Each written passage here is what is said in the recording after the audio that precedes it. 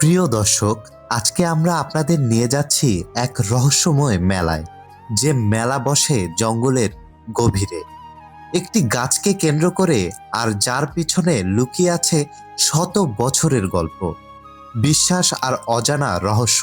চলুন দেখে আসি দিনাজপুরের বিরামপুরের সেই বিখ্যাত চুনের মেলা। দিনাজপুরের বিরামপুর উপজেলার দেবীপুর গ্রামের পাশে বন বিভাগের ঘন জঙ্গলে বৈশাখ মাস এলেই যেন প্রাণ ফিরে পায় প্রকৃতি। প্রতি বৃহস্পতিবার এই নির্জন জঙ্গল পরিণত হয় হাজার মানুষের মিলন মেলায়। এখানে বসে শতবর্ষী ব্যতিক্রমী এক মেলা, স্থানীয়দের কাছে যা পরিচিত চুনের মেলা নামে। বিকেল গড়াতে আশেপাশের গ্রাম থেকে শুরু করে দূর দূরান্ত এলাকা থেকেও মানুষ ছুটে আসে এখানে। কারো হাতে খাজা বাতাসা, কারো হাতে পলিথিনে ভরা চুন। সবাই যেন এক অদ্ভুত টানে ছুটছে জঙ্গলের ভেতরে থাকা সেই জায়গাটির দিকে। জঙ্গলের মাঝে এক বিশাল পাকুর গাছের নিচে একটি উঁচু ঢিবি। স্থানীয়দের বিশ্বাস এটি অনাহারী দেওয়ান নামে এক অলৌকিক ব্যক্তির সমাধি। লোকমুখে শোনা যায় তিনি একদিন পানি ভর্তি একটি মাটির পাত্র নিয়ে এই ঘরে প্রবেশ করেন, তারপর আর কখনো ফিরে আসেননি।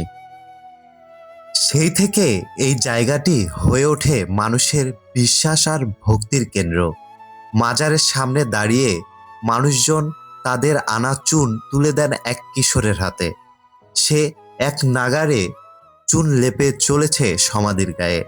কেউ চোখ বন্ধ করে প্রার্থনা করছেন, কেউ মানত করছেন। এই বিশ্বাস, চুন দিলে পূর্ণ হয় মনের আশা। মাজারের পাশে বসেছে জমজমাট মেলা। খেলনা, প্রসাধনী, ফুচকা, চটপটি, ঝালমুড়ি, জিলাপি, শিশুদের হাসি, বড়দের প্রার্থনা, সব মিলে এক অন্যরকম আবহ। স্থানীয়দের মতে এই মেলার বয়স প্রায় ৩০০ বছর। এটি শুধু একটি ধর্মীয় আয়োজন নয়, বরং গ্রাম বাংলার এক জীবন্ত ঐতিহ্য।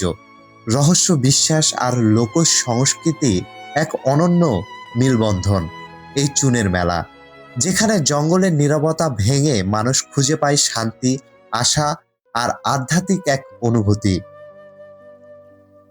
প্রিয় দর্শক, আপনি কি মনে করেন, এটি শুধু বিশ্বাস নাকি এর পিছনে আছে অজানা কোনো সত্য?